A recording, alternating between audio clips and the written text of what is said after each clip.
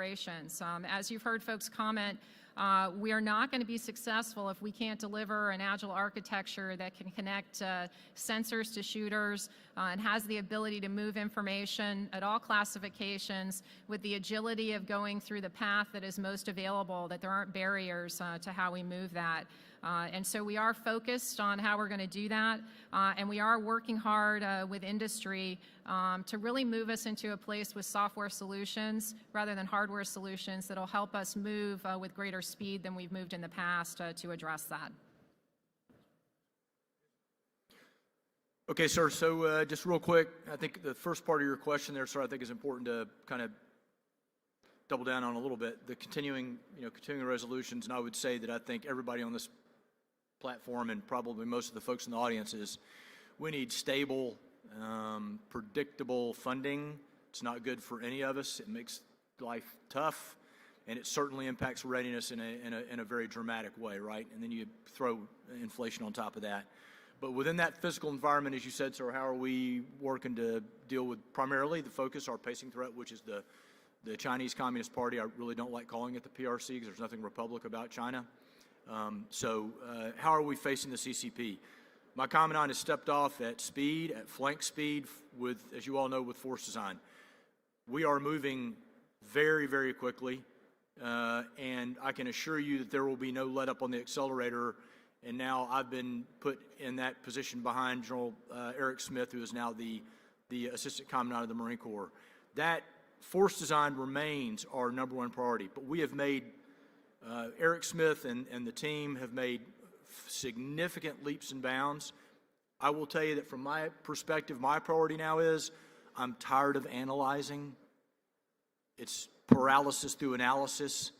We need to stop it. The Chinese aren't waiting. She doesn't go to a board of directors and ask or worry about risk, and we are losing time. It is a sense of urgency is critical here, which is why the Commandant will not let off the accelerator. So what I'm looking for is getting certain different capabilities in the hands of the operators and letting them begin to experiment. My warfighting lab, run by Brigadier General Ben Watson, oversees that effort, and we've already seen tremendous payoff from that. So I would say, I think I answered the question there, sir, but that would be my priority. Urgency, experimentation, and let's get moving out. Good morning and again, and the submarine force priorities are pretty simple. So warfighting, people, and safety, and our focus is the PRC.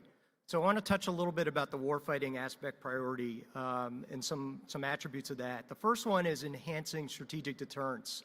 So #1 priority of the Department of Defense is ensuring that the Columbia-class submarine is delivered on time. With that, we have to ensure that the Ohio-class submarine is operated until 2042. That means to modernize and sustain, so there is no gap in strategic deterrence from the undersea. The second priority as part of warfighting is integrating combat power with the joint force. And for the submarine force, our center of gravity for that integration is our Theater Undersea Warfare Commander Centers. With that, we need to modernize and improve our C2 structure within the TUSWIC and their Maritime Operations Center. As Admiral Ashback talked about Project Overmatch, Nautica is part of the submarine force aspect of Project Overmatch to improve the sensor capability of the submarine force. All source sensors to include undersea, surface, space, and shore. And the last part of the warfighting is to enable all-domain maneuver warfare. And we'll do that by continuing our block buy of a Virginia-class submarine. To Block 5 of note, we'll go from 12 to 40 vertical launched missile tubes. We need to continue our acoustic superiority where we have the overmatch of all our adversaries and we can never let that slip. Our swiftest combat control systems continue to be modernized and improved. We've got an open architecture system there that is a very successful program within the Navy, and we'll continue to improve that. And also production of our heavyweight ADCAP torpedo, which is the most lethal aspect of our undersea capabilities. We need to continue to improve that.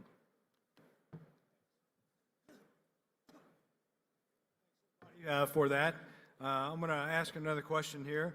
The man train and equip responsibility is dependent on many enablers, such as acquisition, recruiting, maintenance, to name a few.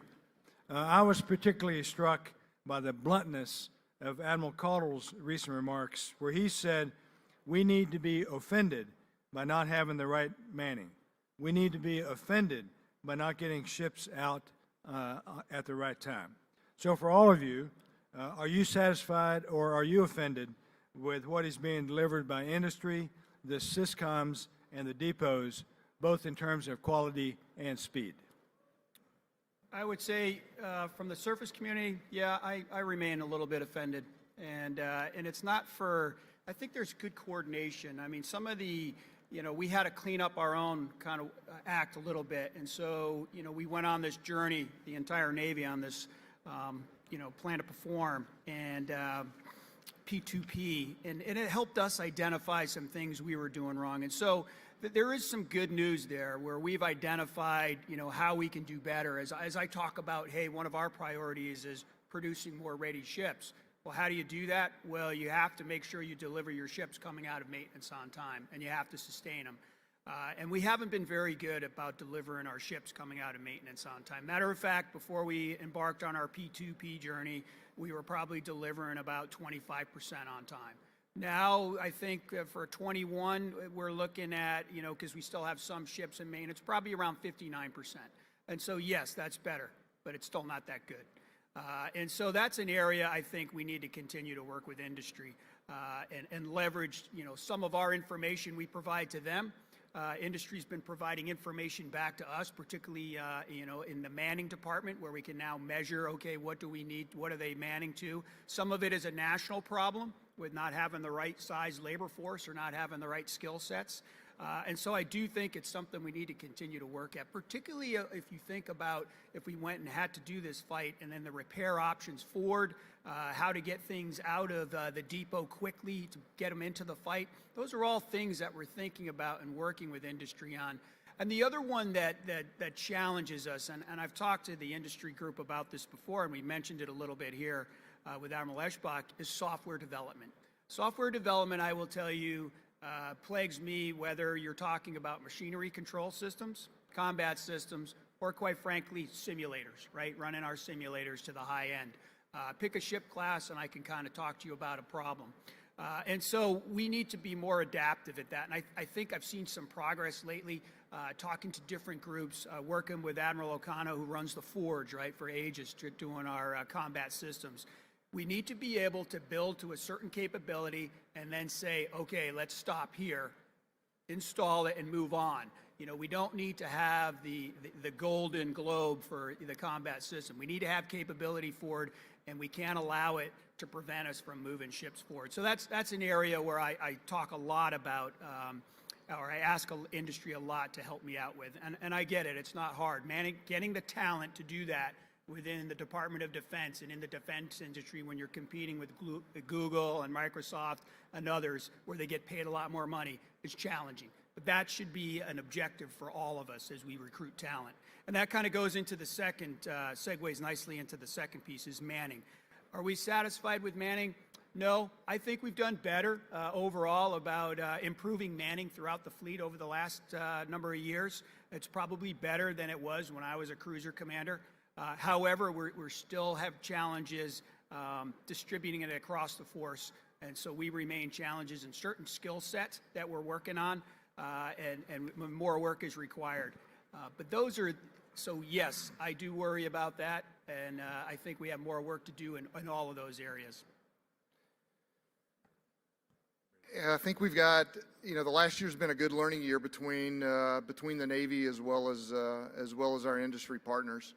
I think the model that we have, or I've seen through this perform to plan model that we've had an open kimono with industry, and we've noticed that the kimono on the other side of the aisle is also opened up. We're not doing things exactly right from a Navy perspective. We've made some errors, and industry has understood and come forward where they've made some errors. I think the sense of urgency in the repairs, in the delivery programs has improved over the last year, but it's been the first part of the flywheel to get up to speed, to understand how we need to fight and be today in great power competition. A couple, we've got some great examples for reliability control boards where we bought brand new platforms, brand new systems, and they're operating at about a 6 to 16% on wing time. That's absolutely not going to, we can't sustain that in this fight. Industries realized where their shortcomings were, as well as we've understood where the training piece, the installation piece, as well as our understanding of how we need to maintain these systems. And we've come together to increase those capabilities across every one of the platforms. Again, every type model series has this methodology set up, and industry has risen to the occasion to deliver for us. We've had some glaring speed bumps over the last couple years as we do service life modification on Super Hornet, delivery for JSF, make sure that E2D is the quarterback of the fleet, the airborne quarterback of the fleet, continue modifications and deliveries on P8, where I think that industry has realized the environment that we're in. You saw the speech from Admiral Harris today. You know, this is not an exercise. This is not a drill. We've been beating the drum for about 18 to 24 months now as the TICOMs here, understanding through the intelligence that we've had, understanding this, what I would call a rapid buildup. And I think industry has risen to the occasion, but it's only the first step as we climb the Eiffel Tower here. We've got a long way to go. And it's the open communications and understanding where we fail across both sides of the aisle that's allowed us to progress. So I'll give it about a 50-50 right now based on, again, those relationships. From a manning side of the house, we're woefully behind in naval aviation. I've talked about, and I'm not talking about numbers here, in a fit fill perspective. JSF, E2D, CMV 22, Block 3 Super Hornet, GCM mods on Growlers, PMIs complete and modifications on Sierras and Romeos. We've moved back into the old days of closed loop detailing through a concept called aviation maintenance experience, where we've had to maintain, keep that experience within the platforms and recycle that back to get our return on investment. That's all great once we get them and we do the training piece within the squadrons and within the type wings. What we're failing on right now, and I need industry help with, is that training piece at the very beginning to get that expertise, that optical wire chasing that we need to do. E2D right now, an AT in E2C cannot function as an AT in E2D. For us to say that our CNET U's and our NATEX are going to be able to train starting when the 100-yard dash pistol has already gone off and the capabilities are already 50 yards ahead, and we are going to catch up as a singular Navy unit alone inside of the Navy, is not going to happen. We need to bring our training back to world-class capabilities and align to 5th and 6th generation capabilities and have our kids be able to maintain those. And I need industry's help on that. Over. From my perspective, I would say we have a really healthy partnership with the Syscoms and industry, but I would say, unfortunately for all of you, we're never going to be satisfied. We always have to be anticipating or thinking about what is the next technical innovation or capability that we need to be embracing, and we need to be outthinking and outpacing the competition. And so my concern is if we are ever satisfied with anything, we probably are already falling behind or already behind the competition in information warfare. And so we've got to press as best we can to move faster and to outthink the creative ways in which we harness all the great technical innovation that's happening. So we have a number of methods for doing that in partnership with NavWar. I know we're trying to incentivize with industry that we think faster, but I would say where I echo Admiral Cottle and being offended is actually inside our Navy lifelines, where we've been working harder to actually deliver wholeness, where we are innovating and delivering fantastic capability. We are sometimes forgetting that we need manpower, we need training, we need doctrine, we need sustainment, maintenance, and modernization plans, and often those are missing relative to the great capabilities we are fielding. And so I do find that I often want to put my forehead on the table some days when we look at great capability we've brought to the table, but somehow we've forgotten all the other things that need to go with it to keep it operating effectively. So I do think we have work to do in that area. So I think, first of all, you don't want us to ever be satisfied, right? That's why we demand stuff from you. Second of all, is, to flip this thing back on us, as long as we keep allowing CRs to drive how we're doing things, it's kind of hard for me to look out at the audience and go, you got a problem, right? We need to get our house in order here on how we're doing business. It makes it difficult for all of us. All I will say is it kind of echoes some of the things the Commandant talked about as far as, the exquisite, expensive, few over the abundant, affordable, and available, right? That's kind of been his driving factor behind force design. Everybody understands 5th gen is probably a ticket into the fight. Got it. There's some things that are going to have. But then, perfect, the enemy is just good enough, right? That's kind of where we're going. And that's where, and again, from a survivability perspective, which seems to constantly be a pain in my butt down there, how far, it seems like we always take every discussion to the far right of the competition, crisis, conflict continuum, right? We take it all the way over to the far right on the Romo. We look through a soda straw, just short of slinging intercontinental ballistic missiles, and that's where we start. The Commandant's bid is with force design, with expeditionary advanced space operations, all within the construct of distributed maritime operations. We keep things in the left. Again, what we heard Admiral Harris talk about today, alliances, partnerships, and relationships. That's what this thing is all about. So, and what that means is, and I'm going to go back to my earlier comment about let's get stuff out in the hands of the fleet. Let them start experimenting, and then we'll go from there. But we got to be careful about over-engineering in the name of survivability. Survivable for what, right? And again, survivability, if anybody wants to have a discussion, we can do it offline, but there's a lot of aspects of survivability. It's not just drawing a DF whatever line and saying everything inside it's dead.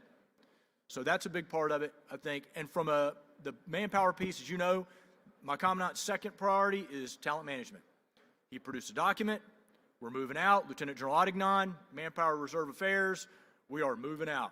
Again, almost at a pace where we're trying to keep up with the Commandant. Maturing the force, and we're doing a lot of things. We're going to reshape how we recruit. As you know, the Marine Corps does a pretty good job recruiting, so we're going to take a look at how we're doing and make it even better. That's it. Okay, hey, I'm going to foot stomp a little bit about being a demanding customer, and we all are, and we should be. Am I satisfied with manning? Absolutely, I am satisfied in the submarine force. Our manning is probably the best it's been in several years, and I think that's because everybody wants to be a submariner, right? So, but the manning is good in the submarine force. Am I satisfied with industry? No, I'm not satisfied with industry, and I'll give you a little bit some statistics here on what I'm talking about. Right now, I'm at a low point in my fast attack numbers. I'm at 47 SSNs. For idle time for my submarines that are awaiting maintenance because they've exceeded their periodicity for unrestricted operations, that means they can't submerge. In fiscal year 16, we had about 360 days of idle time. Last year, we had almost 1,500 days of idle time. That's 4 SSNs that I could not use for operations.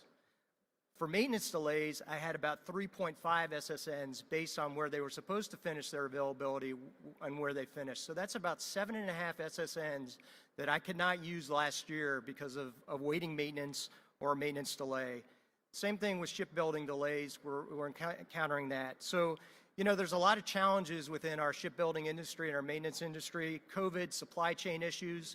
Back in the 80s, we had 17,000 suppliers for the submarine force. Now we're down to 5,000 suppliers for the submarine force. That hurts, and that affects our ability to get our submarines out on time. So we're partners with NAVSEA. NAVSEA in the perform to plan process. We're partners with NAVSEA in the submarine force. We're ensuring our submarines are ready to go at the start of the availability to increase the efficiency. And, some of the things that NAVSEA is working on is expanding capability and capacity within their shipyards, optimizing production, investing in capital equipment, and investing in manpower, recruiting and training those shipyard workers, and we need to support them. Okay, thanks for that. I'm going to call a little bit of an audible. We have about 45 minutes left, and so I want to give the audience, all of you, a chance to ask specific questions. So I'm going to ask 2 questions, one each of 2 people, and then turn it over to the audience, if that works for everybody. So for Jeff, I'm excited about the new AUKUS pact, the Australia, United Kingdom, United States pact that I talked about during my remarks earlier, and the American commitment to join the UK in sharing our nuclear submarine technology with the Australians with the goal of building an SSN force in Australia. So I wonder if you could share with this audience how you're going to help make this a reality. And for General Heckel, in 2019, the Commandant announced what many called a radical new plan to remake the Marine Corps. David Ignatius recently wrote that the Commandant appears to have pulled this off. The Marine Corps is smaller, more agile, and has shed its tanks and tankers and so on. Ignatius says that the Marine Corps does look like a force of the future, not the past. So how does this translate to the Marine Corps returning to its roots as an amphibious force? Jeff? Okay, sir, I'll start with the AUKUS question. So I first want to say that the submarine force, we share strong ties with allies and partners throughout the globe. And in no way does the AUKUS agreement diminish those partnerships and interoperability that we have with the rest of our allies and partners throughout the globe. With that said, AUKUS is really a historic announcement with two of our closest allies, and it's really focusing on a free and open Indo-Pacific region, which is critical to the world. I think last week the White House released their Indo-Pacific strategy, which called out AUKUS as a part of that. And it's very important, and obviously home-ported in Pearl Harbor and operating with the Australians and the UK and the Pacific is something that we continue to do. In fact, in our submarine command course that we have right now, we have 2 Australian officers as part of the submarine command course, and we've had that throughout our history. And we also, every other year, we have a submarine that operates in the Australian waters as part of the submarine command course. So we've had that long-standing history with the Australians and the UK with interoperability and cooperation with our submarine force. With respect to AUKUS, right now we've just entered an 18-month consultative period, trilateral period between the UK, Australia, and the United States. And this is led by the Department of Defense and supported by the Department of Energy. And the purpose of that 18-month consultative period is really to figure out how we're going to deliver a nuclear-powered submarine to Australia in the shortest period of time. So we've got to give that period, that 18-month consultative period, a time to figure that out. But as also part of that, we're working on advanced capabilities as part of AUKUS. And that includes cyber, artificial intelligence, quantum technologies, and undersea capabilities, advanced undersea capabilities that will also be part of AUKUS. And that's where all fit in. It comes up packed with those undersea advanced capabilities, such as UUVs, unmanned, subsea seabed warfare, and as we work towards those capabilities. So really, really happy about AUKUS, working with the Australians, and I think it's a great initiative. So, sir, great question, and again, kind of goes to some of the comments I've already made, but I'm going to just reiterate, the Commandant stepped out on this really, really quick, and in a lot of ways, clearly thoughtful, and with a clear plan of how we're going to get there. And I'll just make a couple of points here with regard to how force design is going. So the first thing the Commandant did in 2019 was he reestablished the Fleet Marine Force, which I think collectively across the Marine Corps we loved, right? We were so glad to have the FMF, the Fleet Marine Force, back, which again brings back back to the amphibious roots, right, which you talked about. So now the nation called. So for 20 years, we conducted sustained combat operations ashore, and we will always answer the call when the nation comes because, as Matt has said, this organization, the Marine Corps, has no institutional confusion about what we are and what we do. We fight, and we fight well. And that's what we did, and we always will. But the Commandant clearly identified with the new pacing threat with the CCP, we needed to refocus and get back to the naval roots. And the first thing he did was the FMF as a part of the Naval Expeditionary Force, clearly, which enables the joint force and everything above and gives our leadership decision space. But I want to reiterate, the MAGTF remains, right? The Marine Air Ground Task Force has never gone anywhere, never will. It is the absolute core of everything we are. It's scalable. Because you always, every time something happens around the world, the first question is, it's the Naval War College answer, right? Well, it depends, right? we will tailor to that specific scenario. And the MAGTF can do it like nobody else. But I want to reiterate again, as long as we have our amphibious brothers and sisters there with us, it doesn't work, right? It just doesn't work. And if you look back at August of 21, I was still the 1 MEF commander, and look at what a quick snapshot of what happened. HKIA goes down. Marines from the 24th Marine Expeditionary Unit go in. 2nd Battalion, 1st Marines flies in from PSAB Air Base in Saudi Arabia into HKIA. Those were the preponderance of the Marines that were killed that day in the blast at Abbey Gate. We had USS Arlington, LPD, out of Norfolk, head down to Haiti for HADR, for Humanitarian Assistance Disaster Relief. We had Special Purpose MAGTF Darwin going on.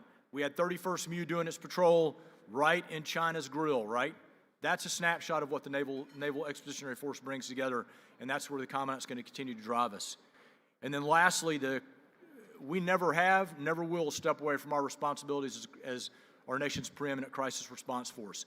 But again, and Special Purpose MAGTFs, the Marine Air Ground Task Force that we have scattered all over the place now, centered a lot around the Marine Medium Tilt Rotor Squadrons and the KC-130Js, I don't like because it separates us from our Navy brothers and sisters. It's bad. My opinion only. And that was an answer to not enough amphibs, clearly. And if you look at the current COCOM demand signal, it's about 5.5 MUs, ARGs, is what the demand signal is. So the crisis response remains, but again, without the amphibious ready group, the Marine Expeditionary Unit is only half an equation, okay? Maybe even less than that, all right? I don't know if that answered the question, sir, but that's it. Okay, thanks. I'm going to turn the microphones over to you all, to the audience. Please come up to the mics, ask your question. You can ask a general question of all of the panelists or a specific question of a specific panelist. We'll run this for a while, and then I may take it back and ask another question as I think about it a little bit. But over to you. We'll start right here. Good morning, Admirals and General Lieutenant Commander Smith, Operations Officer on board USS San Diego. Do you hear me better, sir? Good morning, Admirals, General Lieutenant Commander Smith, Operations Officer on board USS San Diego. My question for the panel, gentlemen and ma'am, is all of our strategic guidance on nearly every page has alliances and partnerships as its cornerstone.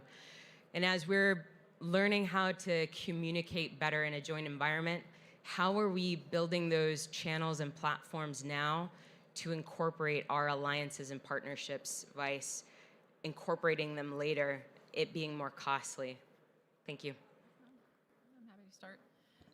From an information warfare perspective, we start this work at our Warfighting Development Center, and Admiral Mike Vernaza and the team that lead information warfighting development are partnered both across our services and then with Coalition and how we're working on developing tactics, techniques, procedures, pacing, technical integration. And so for all the programs that we have, we're always thinking about, who are those partners and the alliances that we need to be building right from the very beginning as we're integrating and addressing what we do with capabilities. And so some examples on the DoD side, where we develop our warfighting tactics instructors, we actually have Marines and Coast Guard who participate in our training, and so we train together.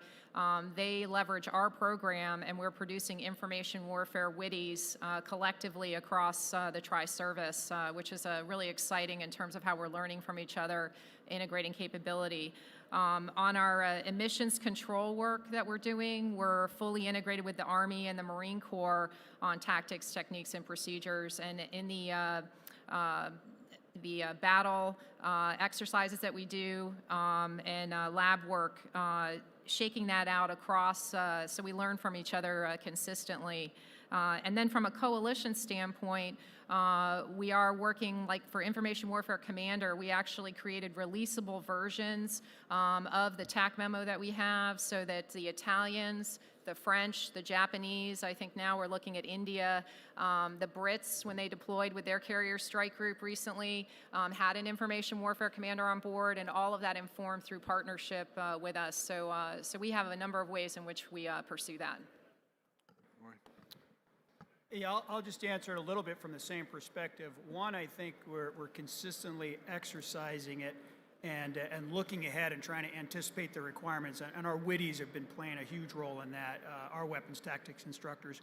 One of the things I would say, though, just from a sustainment perspective in what we have available to us now, a lot of those systems are resident, and we just need to make sure that we're making sure they work, they're robust, the right training is in place. I mean, I think this week at the same time we're sitting here, we have the RIMPAC planning conference going on.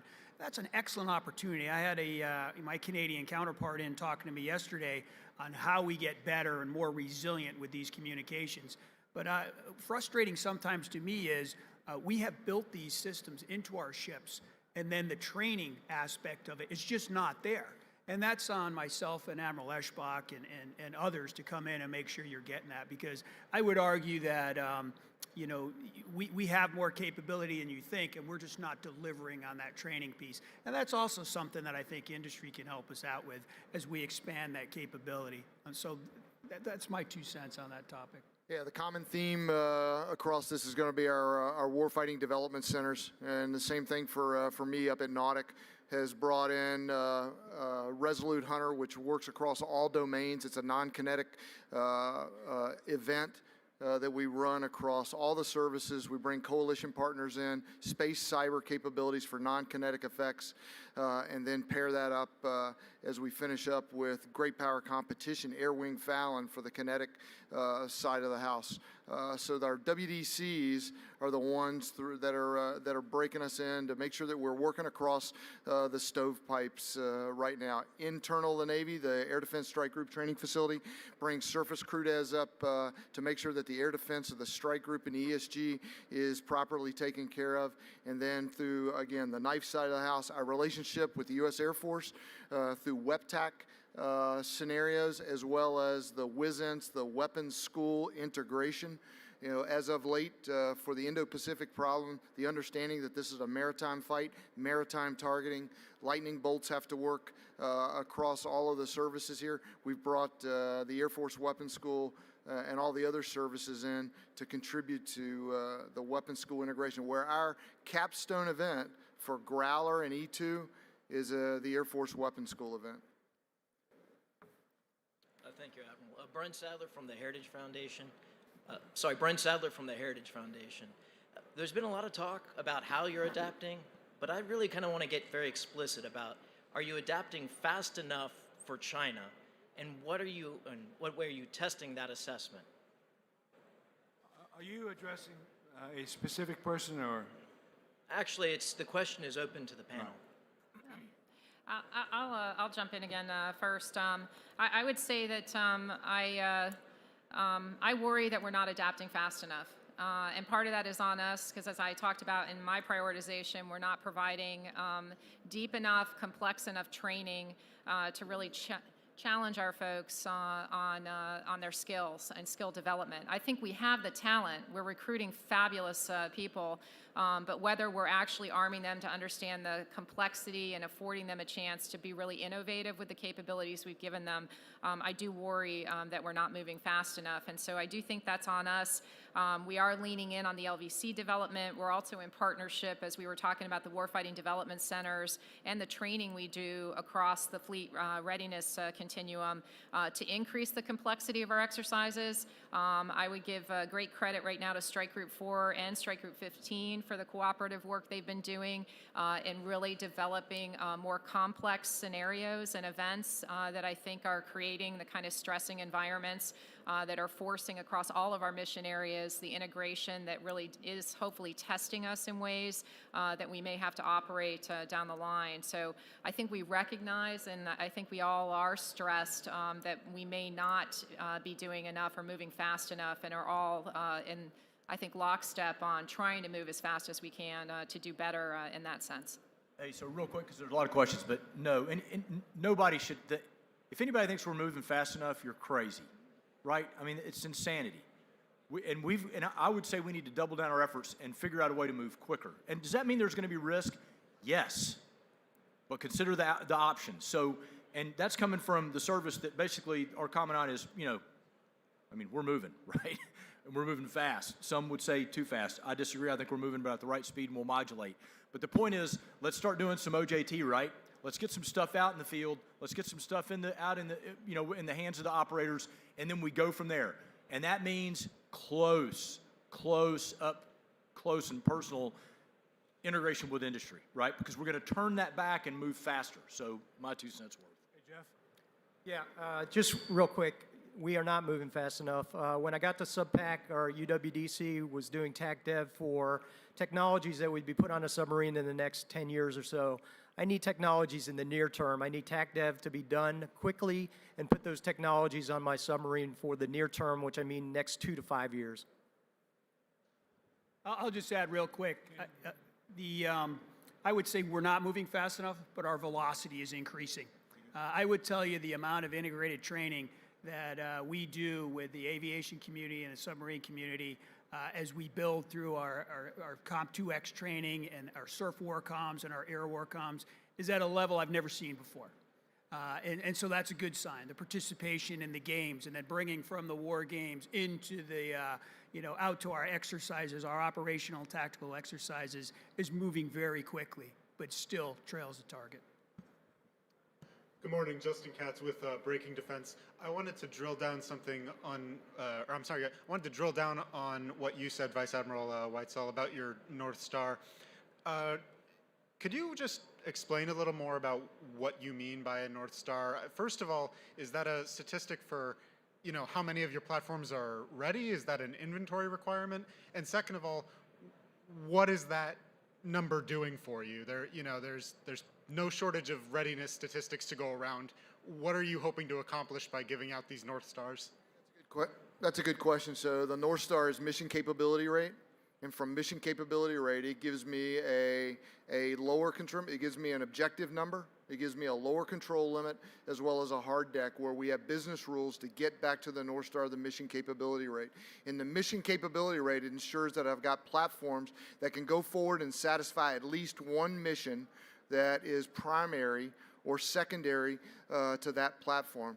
So to have that platform, to be able to achieve those numbers, I've got to have both the supply side, the FRC, the fleet replacement centers, the repair capability, industry support on delivery, reliability control board. It all trickles down from the Christmas tree where the tier 1 driver for me is the mission capability. And because of that number, and now everyone, no matter where you are in the driver trees or in the 7 pillars of NSSA, so if you are an FRC, a repair component, if you're a supplier, if you are a consultant or in one of the industries, you understand every day. I get up every single day and I look at numbers across the type model series, and from that number it drives what are the corrective actions to get to the demand signal so that we can war fight today. This is to be able to fight today so that, as Admiral Aquilino and Admiral Paparo state,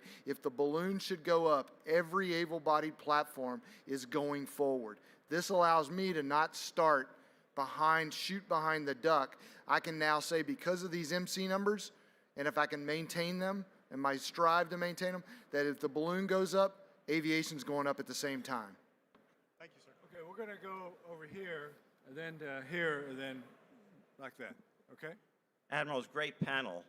On a warfighting adaptation, I want to follow on a little bit with the commander from San Diego. I'm, by the way, Rick Easton, retired SWO. Question about the integration with the allies. I think we have a lot of things out there that we're duplicating effort on, that being just one of them. So what's the vision? Is our vision today to, in 5 years, 10 years, have we got the task force, have we got the team that's truly looking across the joint force, maybe within the Navy first and across the joint force, to make sure, as we have all these acquisition programs and stovepipes, we're not duplicating effort, which it seems to me we are, which causes a lot of inefficiencies. So from an acquisition point of view, I think we could do a lot better. And my question to you is, how do we do a lot better? Where do we want to pin a timeline on what I think is the vision that the CNO and everybody's sort of talking about? And then from a manpower personnel perspective, which I think is critical, I believe we're still very much in a legacy construct. And as we get ever more complex systems out there, it takes, I think, a more senior force at the journeyman and master level to do it. Should our force be 3 years older? How do we compensate them? How do we move beyond where we are?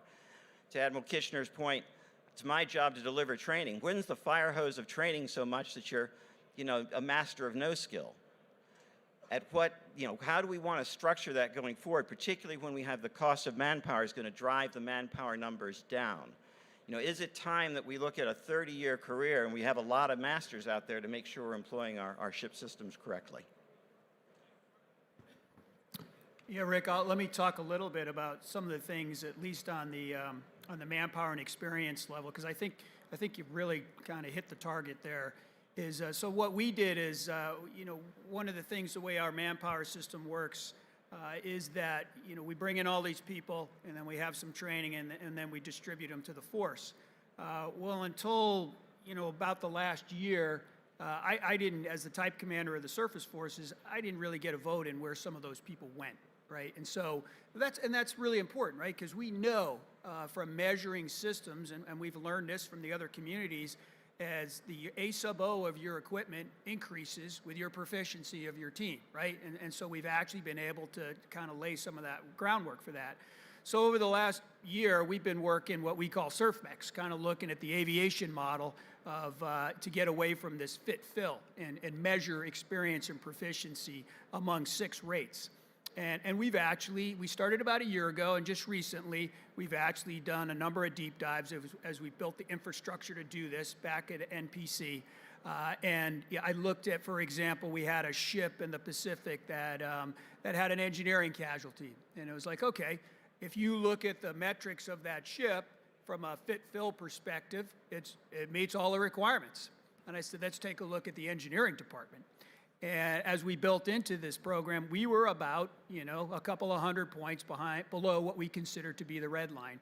And when you looked at it, you had a chief with with experience, you had a first-class petty officer with a lot of experience, but it wasn't in engineering, right? They had been ashore doing something else, and so they hadn't built that proficiency. So I do think it's allowing us to focus, and then it's where do you get that training and where do you do it, to your point. And that goes to our investments, I think, in simulators, and then building up and measuring people not only in maritime skills, which we've invested a lot in, but now in tactical skills and engineering skills and laying out those pipelines. And so we're at the beginning of that journey, but I'm pretty encouraged so far by how we do it. But I don't disagree. It requires a completely different look, how we shape this force that we're building now, than the way we've done it in the past. So, yeah, and we're all in on it, and we're looking at it, and actually, I would argue it's moving a little quicker than I thought, and that's mostly because other communities are replicating the same thing, and we're kind of working together on it. Yeah, your comment of legacy and stuck in it is exactly correct. So Amex is a means to an end. It's not going to be the repair all or the fix all for us. It's going to be where we've aligned skills. We've been able, within naval aviation, with 4-star approval, we've been able to do that internal detailing, that internal assignment, so that the Byzantine rules in Millington are adhered to based on the rule set that the TICOM set up. I like your concept if somebody would stay in for 30 years. John now's got the assigned to or promote to assignment, where you're taking a skill set, folks apply. They immediately get the pay raise and they get the new rank if they are selected to go into that job. So, there is a screening process. And then they also get a leg up at the boards on how we're going. How do we keep people in, some of the skill sets that we're going to need. And you miss some of the horizontal entry, some of the skill sets, especially for Kelly's skill sets, but for us to have some of the horizontal as well as the potential compensation. It doesn't have to be the financial piece. Where do we let them off the golden career path? Where do we let them go for education and do things that are of interest to them, at the same time that we maintain the warfighting capability of the Navy? So you're spot on in your question. Okay, great. Thank you, sir. Let's move over here to Admiral Harris. Love the name, by the way. Just saying. Well, I always said that you were the real Admiral Harris. I was the rear Admiral Harris. So this question is for all the 04s and below. We train for what we believe is going to happen, and we educate for everything else. Could you talk to the 04s and below about investing time in education vice training to inform and make a more adaptable force for the unknown that's coming? You're welcome, Admiral Rondeau from Navy Postgraduate School. So let's start with Admiral Jablon. So obviously, a priority for the Navy is education, right? And you're right, we train for what we believe is going to happen, but you know, within the submarine force, we have pivoted to our talent management boards, where we offer the ability for our submarine officers to go and get their master's degrees in residence education. So we are shifting the submarine force priority for education, which we believe is so important, as you discussed.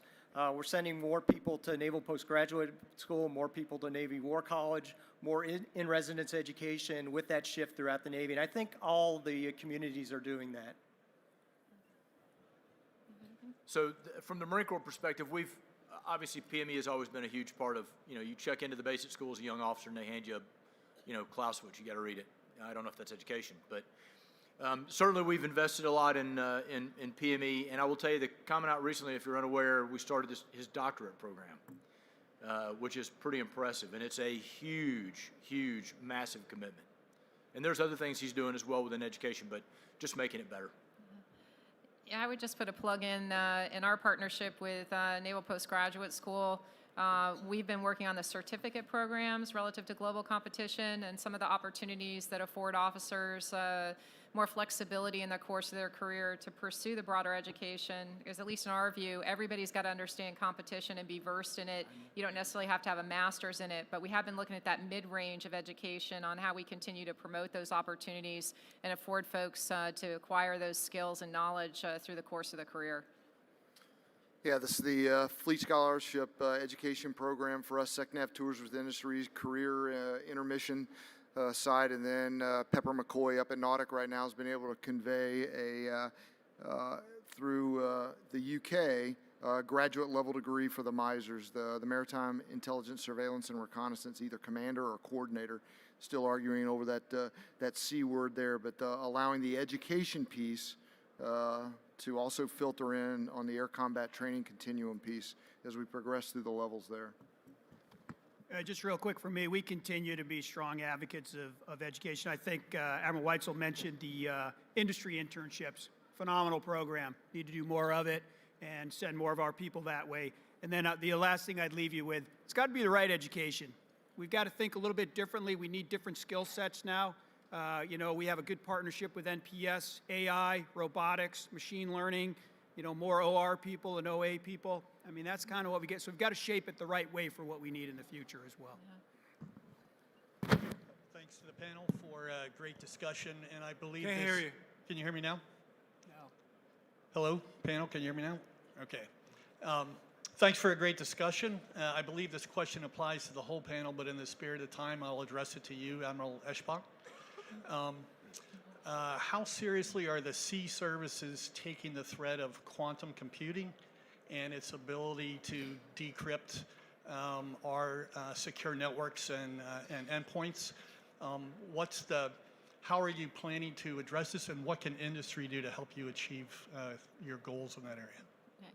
I would say that we do take it seriously, but I think in that particular area, we take it seriously in partnership across DoD right now in terms of our understanding of what the competition is doing, and then also in our partnerships with industry, research labs, et cetera, on how we're progressing and advancing the same capabilities. I do have the Warfighting Development Center with its own AI effort, Task Force Station Hypo, where we are looking and making sure that we're looking across all these efforts in order to best integrate them, and then looking for those outreach opportunities as we see them on things that we might be able to scale. And so I do think we take it seriously, but I guess I would echo the theme that's been up here through the panel, that it's another one where I think we are concerned we're not moving fast enough. And the capacity we have to look across a bunch of different technical changes, significant capabilities that are coming down the line, I think challenges all of us. I'm sure challenges all of you daily in trying to be imaginative enough on how some of these capabilities could actually be employed. Yes, sir. Dean Patterson from KSA. Can you hear me? Dean Patterson from KSA. And this question, in the interest of time, is for Vice Admiral Kitchener. So our naval forces are being challenged daily by our adversary. And my question for you is, how important do you see non-lethal weapon technology as we move forward in trying to be able to engage with some of those adversaries? It's a great question. It's funny because I was just kind of talking to the training team a little bit about this earlier in the week, so it's the timing is very good. Personally, I think all the tools we can have, we want to learn how to use. Everything from the discussion we've been having lately is simply just shouldering tactics. Where do we train those? Do I want to train them to junior officers at SWAS? Probably not, right? I want to do fundamentals there. But I do think that if we can bring more tools onto our ships, whether they're non-lethal or lethal, I'm all for it. We just have to balance that, right, with what we're trying to get at as far as the high-end missions. And so that's the measured approach I've been taking for it, because we have a lot to do, and on a ship, as you know, a lot of different missions. And so trying to make sure we're focusing those crews and making sure they're focused on the right missions and not just, focusing on a lot of other different things that would be nice to have, but not necessarily contribute to what we're doing out there. But yeah, I'm willing to listen to stuff like that. I'm just not sure how it would fit in to some of the mission sets we have right now. Yes, sir. Thank you very much. Hello. Thank you. Jeff Schogel with Task and Purpose. I have a question for General Heckel. Given the types of weapons that China has, especially missiles that could potentially sink an amphibious assault ship, how many casualties would the United States likely take in a war against China? Okay, that's kind of a broad, really, really broad question. Again, my previous comment about survivability, right? Survivability is a lot of things. Susceptibility, again, it sounds like you're one of the guys that draws a DF-21 line and says everything's dead inside that. That's not what we're talking about. We're talking about, for instance, the light amphibious warship that the Commandant's going after. Part of our theory with that going forward is hiding in plain sight. These are some of the most populated sea lines in the world, right? I mean, vast majorities of commerce, travel, and part of the law would be to kind of blend in plain sight. And again, from the discussion about where in the competition crisis conflict continuum you are, our bid for success is that in the whatever number of days of ambiguity that we move around within the littoral archipelago, we have forces there with our partners and allies persistently all the time forward. We're not doing an Iwo Jima again, right? So I mean that needs to be clear. That's not what we're talking about here. That's not what Forces On. That's not what EABO is about. I know I probably didn't answer the question, but it's kind of broad. Let's take a question from over here. Thank you very much. Can you hear me? Excellent. John Greenstone. I'm from a software company called Bluescape. Doing a little homework for this show and watched a video that was put out by Admiral Selby around sort of next generation Navy and the small, the agile, the many, which seems to indicate a lot around collaboration, coordination, building that common operating picture. I've certainly heard about Project Overmatch. And Admiral Harris, this morning, you said something I thought pretty interesting in your keynote around what you really want was something as simple as just an easier way to pick up the phone and call people. And I just wanted to open it up to the panel. What is everyone's opinion around the fundamentals of collaboration, coordination, communication when you're balancing that tension of information security? And how do you think breaking through those challenges might help us be a more effective force? Kelly, you want to grab that? I'm a big believer in that we obviously want to be able to communicate and collaborate via as many tools as we possibly can. We want to be able to do it across all frequencies in the spectrum. We don't want there to be barriers to how anything moves. And I'm also the principles of, yes, it could be very simple in terms of, is it like the plain old telephone, or is it a system that's much more complex in terms of how it operates and ultimately moves data from one point to another. But I think we ought to be embracing all of that, and that we shouldn't be restricting to a high-end solution or a low-end. And so I think one of the things we're looking at right now is we actually have a pretty good distribution of capabilities. How do we work across that architecture just to improve the resiliency and the interoperability of that and how things move? So to Admiral Harris's point, we have made some progress in that you actually can find the Army, Air Force, and Marine Corps in our global address book now. You have to open a different drop-down menu to do that, so it does require some assistance if you're at the 3-star level for an aide to come in and actually find that for you. But we continue to make progress, and I think actually one of the upsides of COVID was I think actually demonstrating to us and actually really forcing us to adapt and integrate capabilities that we had been reluctant to integrate because of the information security concern, and yet there are really good ways for us to encrypt and protect information, and that's where we've got to take risks. We've got to lean in to figure out how do we embrace that, and then how do we improve it if it turns out it doesn't have the security that we'd like it to have. So I think, yeah, I think we're aligned in trying to take advantage of all those solutions that are out there. Yeah, I think we've, as Navy and Naval Aviation, we've seen the rice bowls affect us where we've had unique, exquisite systems, and we've talked to industry over the last couple of years that, that's not where we're operating. In working with Doug Small and Project and Overmatch, so that we have that redundant, resilient, reconstitutable, multi-path, multi-security, where you decide along the path where you're doing the encryption piece, but sooner or later, the lightning bolts that everybody likes to attack, the single lightning bolt. If the lightning bolts are in the thousands, sooner or later the information is going to get across, and we'll have a weapons quality solution on the threats, no matter where they're hiding. Let's take another question. Thank you, sir. With Nova Power Solutions, I'd like to revisit a comment by Admiral Weitzel on training quickly. You had indicated during your remarks that industry was missing the mark in providing training, specifically with the ATs and the E2D. My question really becomes, how are you providing the demand signal for training, and which pieces is industry coming up short on? Tess. That's the open kimono on my part, where we've realized, where our shortfalls in Triton, E2D, JSF. As we go into Block 3 Super Hornet, I should be lead turning the duck here on what training we need to have.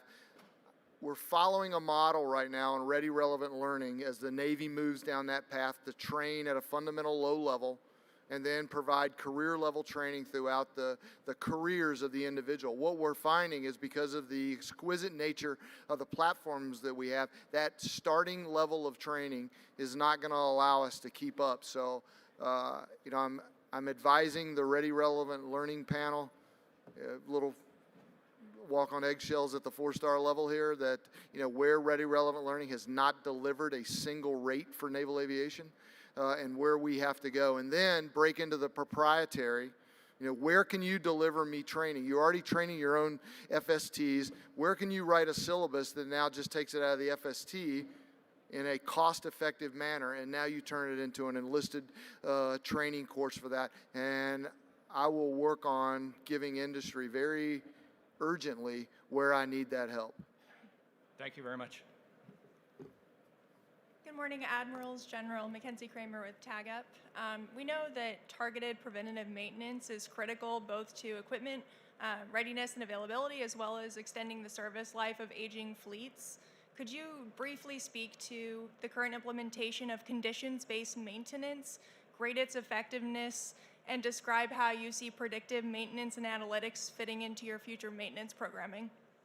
Yeah, I can start on that one because it's a topic near and dear to my heart. Is condition-based maintenance is something that we, quite frankly, are way behind industry on, right? If you look at some of the other organizations, a trucking company, or build tractors, they've been doing that for a long time, and I've talked to them a little bit about it.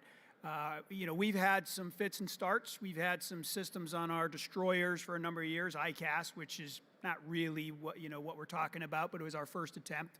We had a couple of pilots we ran on LCS, didn't really come to much. FFG 62, we're all in. We're investing it. That has been one of the key pillars to building that ship. As we work towards that, you know, I've sort of asked, and the vice chief has kind of embraced and has been a huge ally as we move towards trying to expand this across the force. Because we know, right, that we're taking apart good engines and good pieces of equipment at certain periods in their life, and we're breaking them, and we don't need to do that. And so we've got a program now we're looking at on the DDG 51. I've asked to take components of the FFG 62 initiative for condition-based maintenance and experiment with it on other ships, on LHAs and LHDs and LPDs. And so we're doing that. But we want to get to a common system. And I think one of the things that's different as we move forward is we need to be able to do that on board the ship, right? Our sailors need to be able to provide and utilize that data. I'm not saying we don't want to send it off for larger analysis and root cause failure stuff, but it's got to, you know, at the point of impact, be effective. And that's sort of what we see as the future. But yes, FFG 62, we've got one on DDG 51, and we've got a few, you know, microclimates going on other ships. And the idea is to get this into the fleet because we want to be prescriptive. We want to move away from this antiquated way of, okay, because it says we take it apart, let's take it apart. It'll reduce the burdens on sailors, allowing them to focus more on warfighting. There's a lot of goodness to it, and we need to move faster. So thanks for that question. Yeah, the move, you know, industry's given me briefs this year on condition-based maintenance. Navy's moving to CBM. You know, our victory, and it's small, is the Hornet Health Assessment and Readiness Tool that solved the physiological events and episodes that we were having. So we downloaded maintenance card data with cabin altitude and the hits on the ECS there, and then it with MSP codes, it drove us right to a component that was in most of the cases, it drove us to the components before they failed. So, you know, with industry now and the platforms that we're solving or we're going to bring into the fleet, the CBM is going to be a critical part as we write requirements documents to incorporate in all of our newer platforms and the ability to retrofit back. Okay, so we've got 5 minutes and there's 5 questions left. So we won't get through it the way we've been doing it, but what I want each of the questioners to do is ask your question of a specific individual, and we'll get all 5 questions in, and then we'll answer the questions. And that'll wrap up this session. Okay, so let's start with your question. Thank you. Good morning, Admirals, General Lieutenant John Hilsinger, Intelligence Officer and Instructor at Information Warfare Training Command, San Diego. My question is for Vice Admiral Aschbach. As we look at the LVC construct as an instructor, I'm obviously very excited what that means for the quality of our training. My concern lies more with manning in terms of having the right manning at the right time in the OFRP cycle to ensure that the training is being taken advantage of, particularly in execution. So my question is, what are we doing to ensure we have the right manning throughout the OFRP cycle? And secondly, have we considered using homesteading as a way to grow subject matter expertise, particularly in relation to our strategic competitors? Hi, Mallory Shelbourne with USNI News. My question is for Lieutenant General Heckel. You talked a lot about the fear of over-engineering, and you all talked about getting capabilities out to the warfighters. I'm wondering what's impeding you? What kind of obstacles are you facing? Are there authorities you need that you don't have? If you could speak to that. Thank you. Hi, Megan Eckstein with Defense News. For Rear Admiral Jablon, we've heard from Admiral Gilday that we're prioritizing in the budgets readiness over capacity, but I wonder for the submarine fleet, where both are very much tied up in the same industrial base, how does that tension play out? Yes, sir. Commander Ed Jatho from Naval Postgraduate School, PhD student in CS. I hear and feel, my question is for, I apologize, Admiral Aschbach, for you. I hear and feel a sense of urgency to adapt adopt and move forward to dominate future wars. Going forward in adapting that new technology, new ways of doing war, what shoal waters do you perceive that are inherent, and how are we ensuring we don't run aground with adopting fragile tech, replacing known difficulties with perhaps new and more insidious vulnerabilities? Morning, Admirals General. I'm Dave Worth from the MITRE Corporation. Question for Vice Admiral Eschbach. Everybody's trying to go fast, and we hear that all the time. Admiral Kitchener talked about the forge and the software factories and the attempt to get minimum viable products into the hands of sailors so you can get that rapid feedback and grow these things iteratively. But then you talked about the need to make sure that we have training in place, that we have the doctrine in place, so that we have actual warfighting capability when we put these products out. Is anybody thinking about minimum viable doctrine and minimum viable training to match the pace of the forge and overmatch and what they're trying to achieve so that we can really deliver all of this together as a warfighting capability? Thanks. Let's go with Jeff, and then Hazel, and then Kelly. Since you have the last three questions, you can answer them all at the same time. Jeff? Okay, great question about readiness versus capacity. And I did talk about, hey, we're at a low of 47 SSNs right now. So how do we meet our commitments? And I can reiterate that we meet all our operational commitments. We're able to ensure that our ships are combat ready when they deploy and meet the requirements of our combatant commanders that are placed upon us. What happens is it results in less ability to do tactical development at sea. So we don't have as many submarines to go out and do tactical development or CO's discretionary time, but we're still able to prepare the ship to be combat ready when they deploy. So it's more difficult, it's more deliberate, it takes more input from the TICOM staff to do that, but we're able to meet our what we're tasked to do. Okay, so yes, sir. So real quick, great question. Fear of over-engineering, yes. You know, you can probably, all of you can probably think of any given scenario where we've over-engineered something, and you end up with internal fuel tanks and V-22s that are over-engineered, overweight, overcost, and don't do anything that we asked them to do. Okay, and that's coming from the former requirements officer that was the guy responsible for that. So the authorities, I think it's the issue is it's a bureaucracy, right? And I think somebody once said that a camel is a horse designed by a committee, or consensus is agreeing to say what everybody is unwilling to say publicly, right? And so we kind of get in this do loop, and I think the authorities piece we're finding our way, and things like the Raider Fund with Undersecretary Hsu. I mean, we're doing a lot of things, and I think it has become readily apparent at the highest levels within DoD that we need to move quickly, and that's what this is all about: sense of urgency. And again, I'm being honest about this. Is there going to be risk associated with it? You betcha. But that's what we do as leaders, right? We look at it, we evaluate the risk, because risk never goes away. If we continue to over-engineer, over-cost everything, and over-schedule everything, the Chinese are just going to get farther and farther and farther ahead. So risk doesn't go away, and I'll shut up. Yeah, I'll work the questions in reverse. I actually think the last two are linked. I love that. Minimum viable doctrine and minimum viable training. And I want Admiral Vernaza to integrate that in what we're doing at the Warfighting Development Center. But we do need to go fast. Some of that's driven, we're beholden sometimes to when are platforms available for installation of capability. And so we do assume risk sometimes in how fast we move based on opportunity to integrate capability.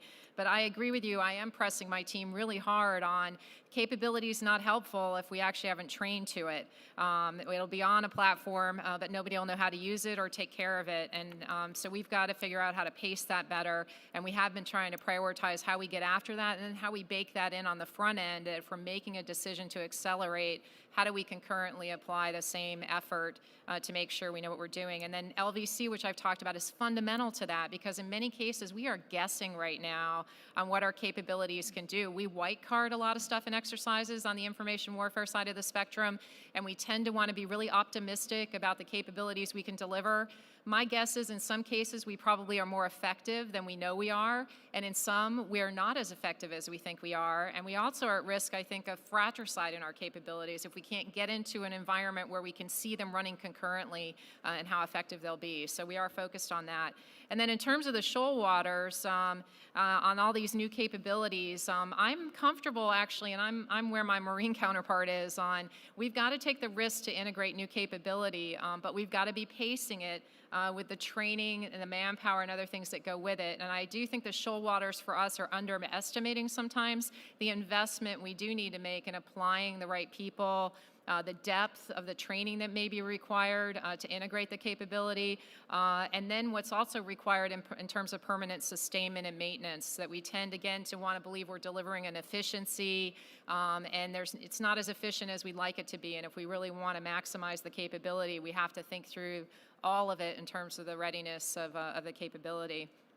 And then finally on the LVC, we are looking at manning in the OFRP. Part of that will come with another what we call .MLPF review that we're doing as a result of signing out the Information Warfare Commander CONOPS finally, that just went up to the 4 stars for final signature this week after 3 years of collaboration with everybody to get that finalized.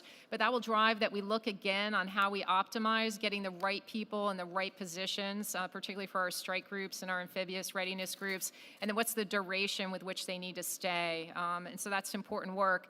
And then on homesteading, I'm a proponent of homesteading, but for different reasons. I don't actually think we can homestead or dwell to get smart on competition.